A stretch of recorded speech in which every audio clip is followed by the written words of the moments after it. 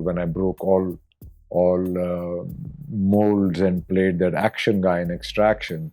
Not a single person in this entire fraternity, even if it was now going to Hollywood and doing a role like that, ever acknowledged it or clapped for me. I had the opportunity to be a part of a more larger groups at that time, and playing those roles. Those movies were also successful. But I turned them down for reasons which I now find stupid, absolutely stupid.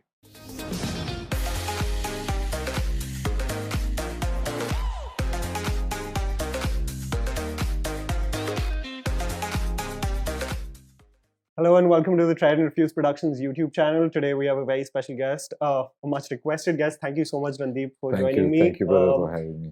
First of all, I want to congratulate you on Savarkar. It's a huge feat that I still believe is not getting much appreciation. You're directing it, you're co-producing it, you're starring in it. And I remember being in the theater and being in awe of how much you took on with this film. So, congratulations. It got lost a bit in the politics of it. People just became naysayers because it is about Mr. Savarkar. But that was a challenge I think I had right from the beginning of starting this movie on all aspects, be it a team, be it getting together of the right-minded people and everything. But yeah, hey, I did my best, and it's out there now. One thing that I've noticed in all of your interactions when you are talking about the craft, you talk about acting being imagination and observation. Yeah. And I wondered, with such limited, say, archival video footage of the man and how he conducts himself, or even several stages of his life which don't have any video footage, how do you execute that same philosophy then? Well, it's you have his footages of when he was older. So you try and match that, and then you take that same very thing into a younger body in imagination. And there were some photographs available, so he had that look in his eye and everything right from the beginning. And then there were many stages to his life, which were first as you take your own self, like how you're a bit boisterous as a young person, and then you mellow down, and then you become more pragmatic, then you become practical, and then you accept things. So that graph of any human being is a graph of every human being. So you kind of take that as your parameter. Then, of course, there is the thoughts of the man, which are quite recorded, right? He was a prolific writer. So his thoughts were there right from the beginning of, since he was a child. And those thoughts, make those thoughts yours, and then just having the body react to those thoughts and not, make it frivolous or to make it more uptight. So let it flow within you, and then let's see the results. And anyway, as an actor, I've not really gone and seen a monitor ever. Oh wow! Okay. So that parameter of that thing is already in you as an actor, whether you hit the truth or not. So that kind of helped me a lot with this project, because I used to check other people's shots and not mine. Oh wow! I said, if I start checking mine, it'll never end. But you're sitting on that editing table. I sat on it, and what I did smartly was I gave a few options of every take, so we could adjust the graph of the entire piece very well. Though it was usually the take that I thought would be right was the right one. We did a lot of de-aging in the movie. Like I start when I'm 18 and I end up when I'm almost 70. That's insane, because I didn't even notice. As you, especially in the formative early years of your adult life, then it was really seamless. Yeah, so that was a very painstaking job done, and many reworks on it. Sometimes you lost the texture, sometimes you lost the contour, sometimes you lost the the expression. So to redo it again and again and again till we reached a point where it looked real because I did not want it to be the de-aging of other movies that have come in the past recently in India. And I saw those, and I said, this looks too whitewashed and it doesn't look real. And the fact that nobody noticed it is the big victory, and it's just not a big victory for me. It's also a big victory for my team. Movies live on forever, and I wanted to make a film as my first film, like I have always acted. It's very meticulous and it's very detailed, and I wanted that in the entire frame and not just the actors. So, the act itself is so overwhelming when you're playing such a person across decades. You stepping in as a co-producer and a director, is that incidental, or were you so inspired by the written material that you were reading that you wanted creative control of it? I did not want creative control of it. I actually just wanted to do an actor's job. But when the script was rather superficial and it didn't really say much about the man and just talked about incidents and all that, that became a bit of a red flag for me, because I'd already lost so much weight and everything. And then nobody really did the detailed reading and research on it. It was very superficial, I felt, the script. And then I wrote it with Utkarsh Naithani, who was already on board as a writer. And we took 3 nights, 12 hours a night, and we banged in this first draft of the screenplay, which we kept tweaking a little bit, but not too much. It took us 3 nights to bang it all in. Wow. I was watching The Crown a lot at that time, and I saw Gandhi again, and I felt that, okay, this is a movie about a man of non-violence. It's very staid, classic, steady frames and all that.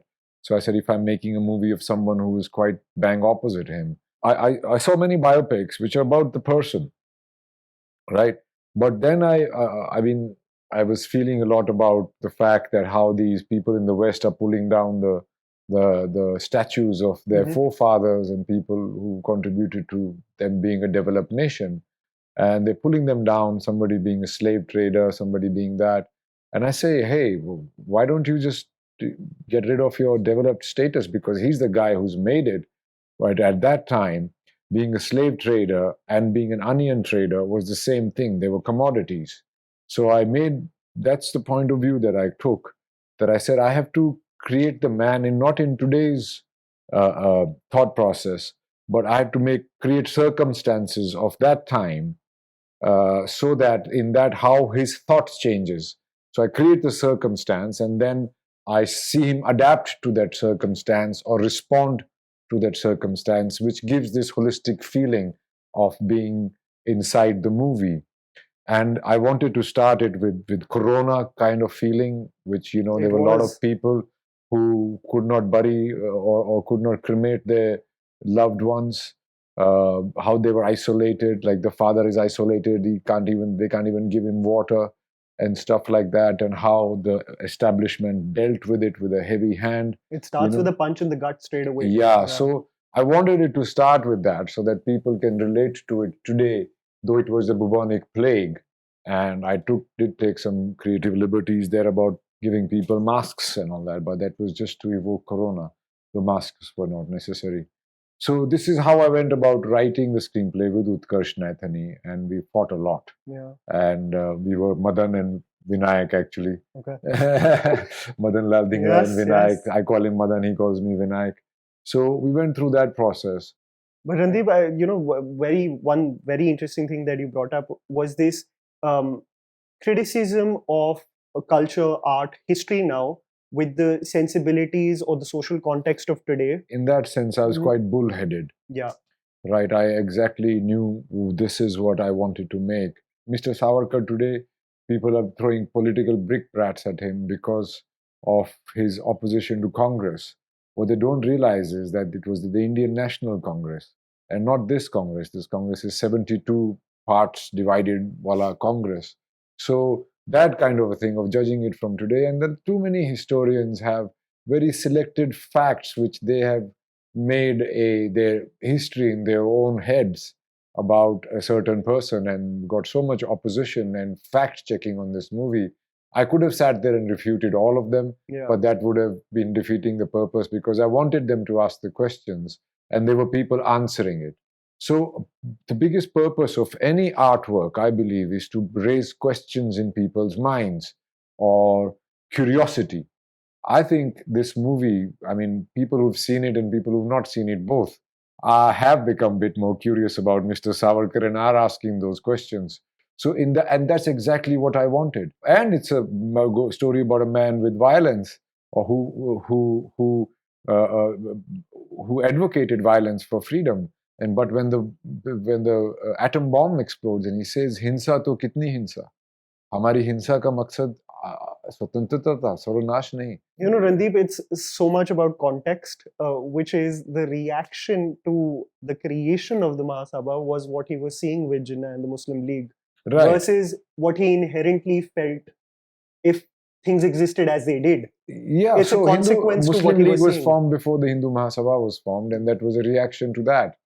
And in the jail, he was persecuted by the Pathan warders, and everybody was.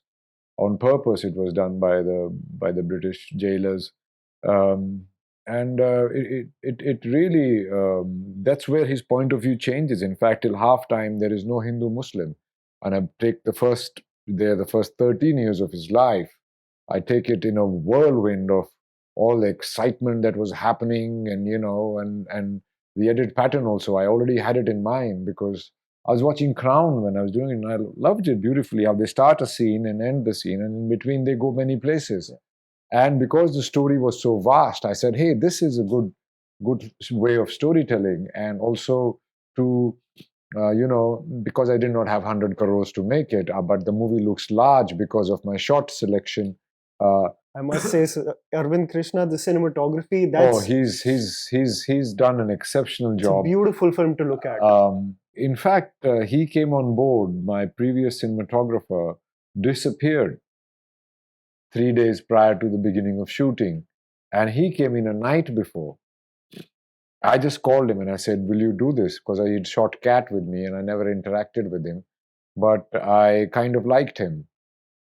And I had just called him, and he came in the evening, in the night, and we drove to Bhor and we were shooting the next day. In fact, if I tell you the truth, the guy, while shooting, the guy who really held my back and really gave it this world class feel to it in the post is Arvind Krishna. He took my hangry, irritable behavior and never reacted to it. Wow. Because I was not a pleasant person to be around. A, I had so much to do.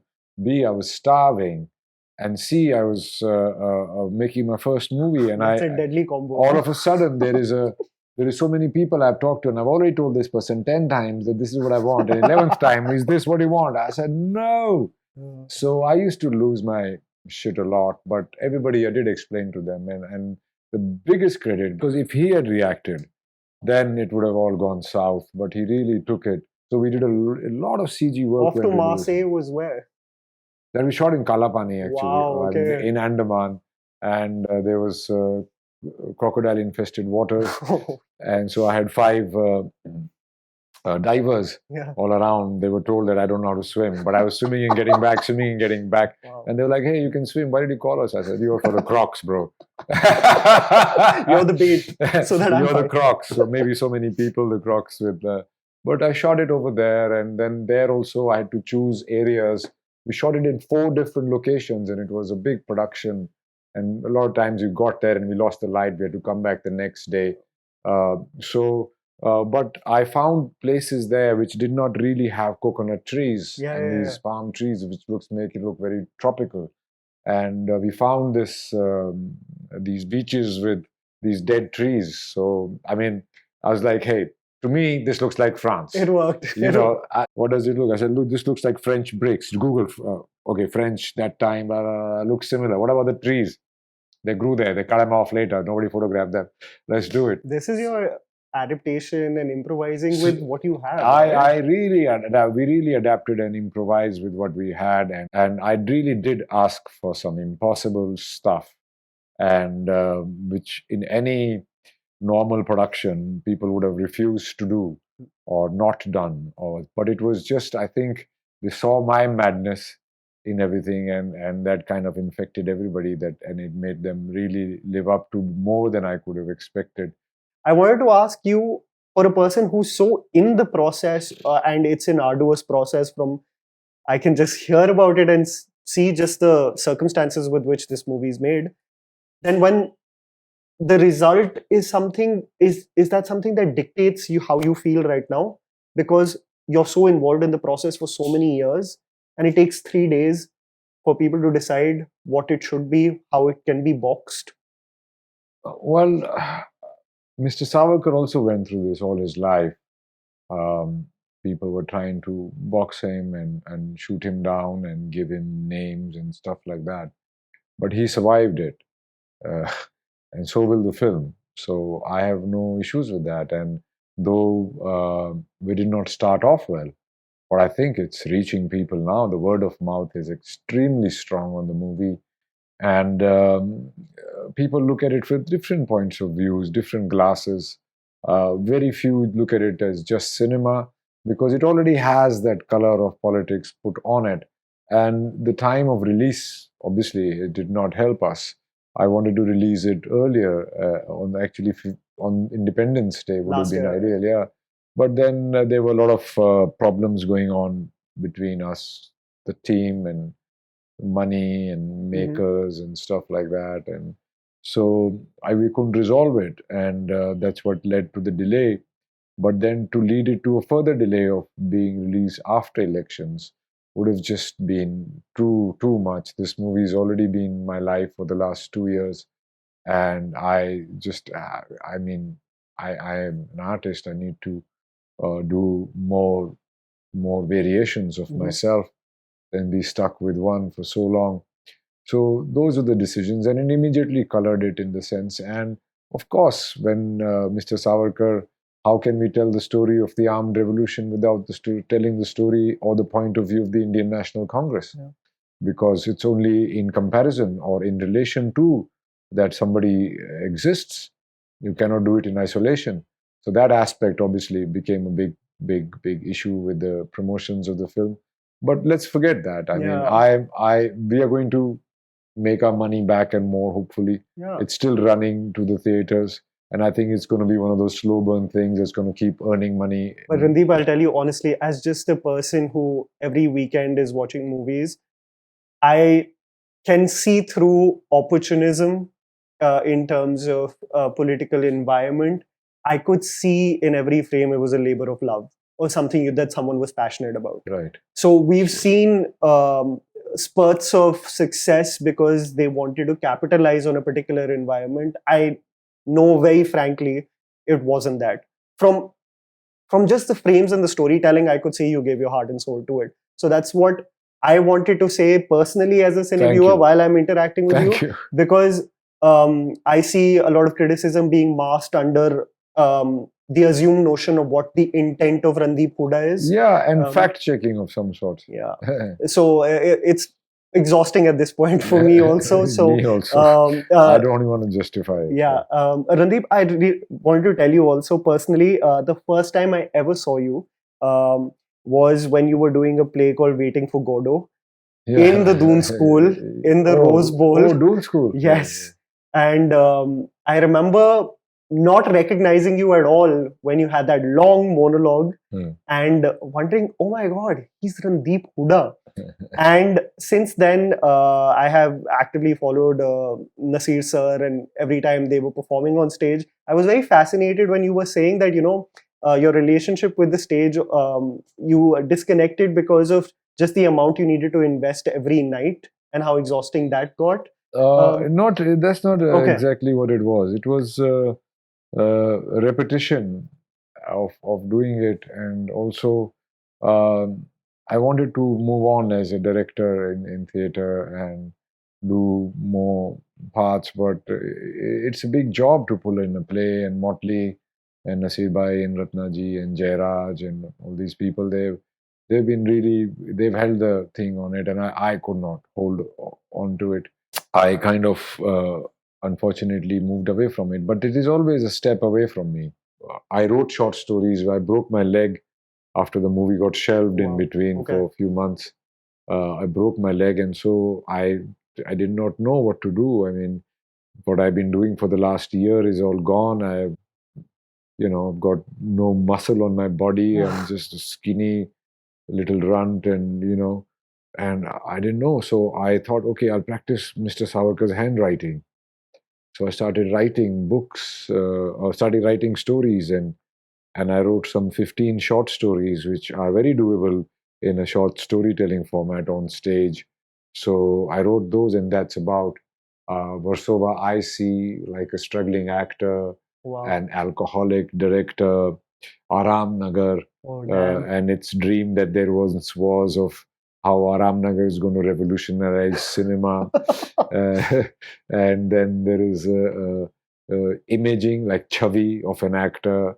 Then there is Mocha, which is about how struggle of an actress to get a role, had to do with the casting couch and stuff like that. With Randeep, with all the stories that you were telling me on set of Savarkar, um, I'm sitting over here having experienced nothing and still being overwhelmed.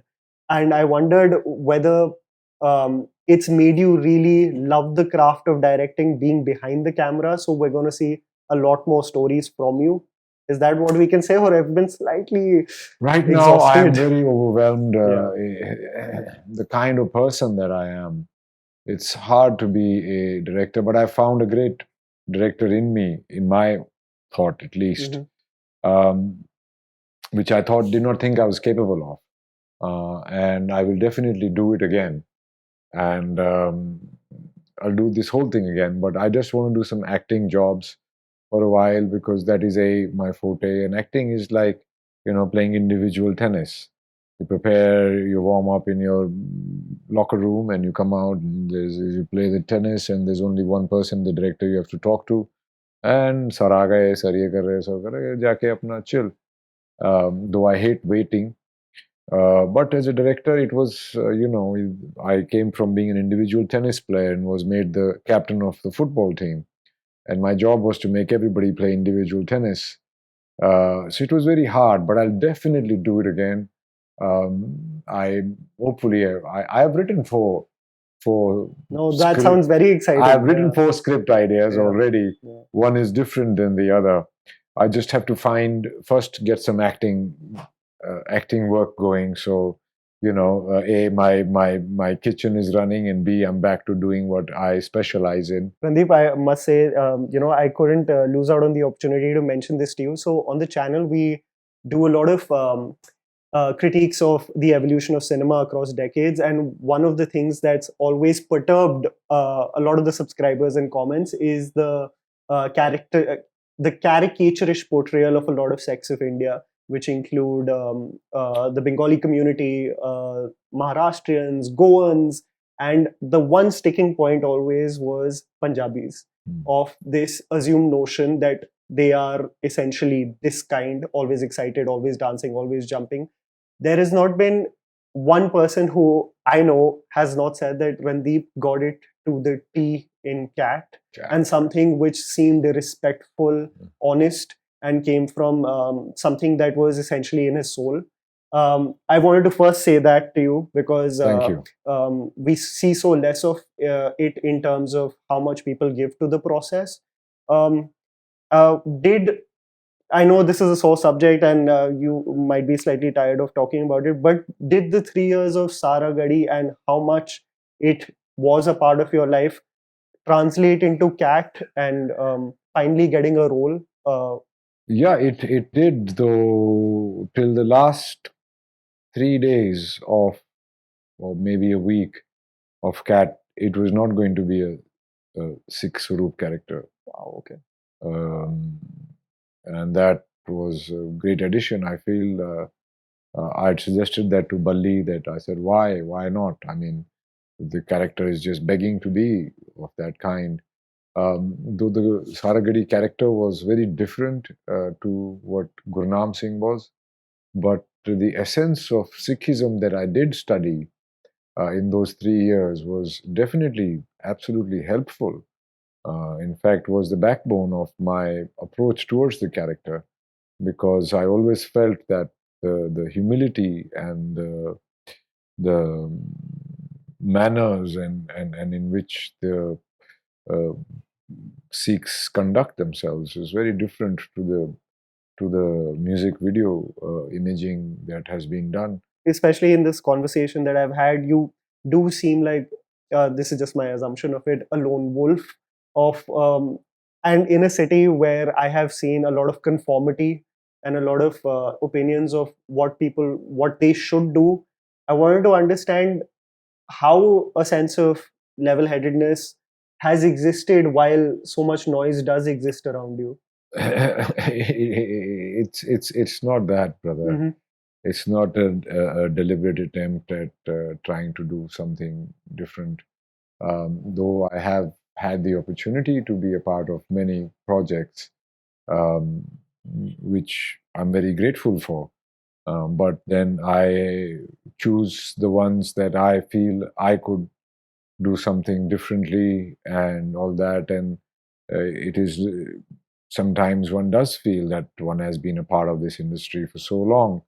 And for example, when I broke all molds and played that action guy in Extraction, not a single person in this entire fraternity, even if it was an out going to Hollywood and doing a role like that, ever acknowledged it or clapped for me in that sense. And now that I've made this, you know, almost a disruptor of a movie in terms of techniques, storytelling, craft of acting, or whatever it is. It has again, there's not been anything, but maybe that also contributes to you being a bit of a loner in that sense. But then I do believe that everybody has their own work on their minds, and everybody wants to do that. How many films do I go and put my necks out for and promote and all that, or clap for somebody? No, it's a very in the industry in general, except for the few people who are mostly neighbors and grew up together, which is quite likely, which is quite understandable. So that has been the case, but one, I have always tried to be on this journey because when I came to Bombay, there used to be this ETC TV, ETC channel, Yeah. which had these songs and promos of movies kept playing. And I looked at them and I said, I don't fit in any one of them till I saw Company. Mm. And that kind of, oh, I said, hey, I could be part of this movie. So that's where the little spark of hope came from. And I did end up working with Ramuji for some time. Um, then how do we go about it? How do we go change our dream? Like I did in a small town, you say in and as, I want to play a character in and as. I did that with D. Then how Yeah. do you go forward? I had no ambition beyond that. So then one started feeling that, hey, I'll do something different. And I did. I had the opportunity to be a part of a more larger groups at that time, which and playing those roles, those movies were also successful. But I turned them down for reasons which I now find stupid, absolutely stupid.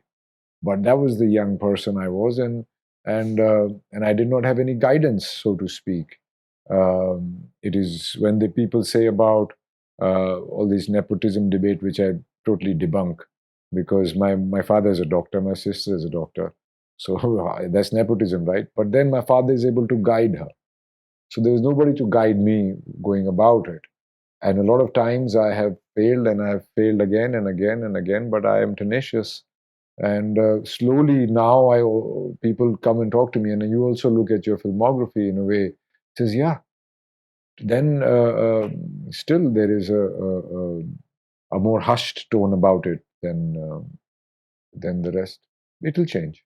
It will change, Randeep. And I lastly just wanted to ask you was, how do you coast through when you do essentially have an assessment of mediocrity thriving around you?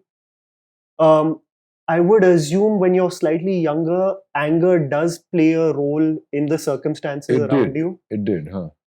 Does it evolve as you get? Of Okay. course, it does. You cannot put your sense of uh, what you think might be an exalted ability or mediocrity or whatever, that you cannot put that on other people for sure. You decide to be a part of the certain something, and then you go ahead with it. I don't have problems with that at all. But yes, but pushing yourself and encouraging people around you to push themselves is absolutely a good trait to have, and I continue to have that. And hopefully, my coming movies will reiterate my beliefs in what cinema can possibly do, which I try to show with this movie. And I have very newfound respect for all my directors after directing this.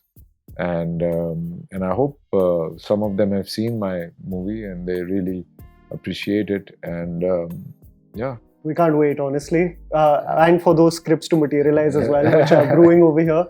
Your passion's infectious, Randeep. So thank you so much. Thank you, brother. Thank you Thank you for having me.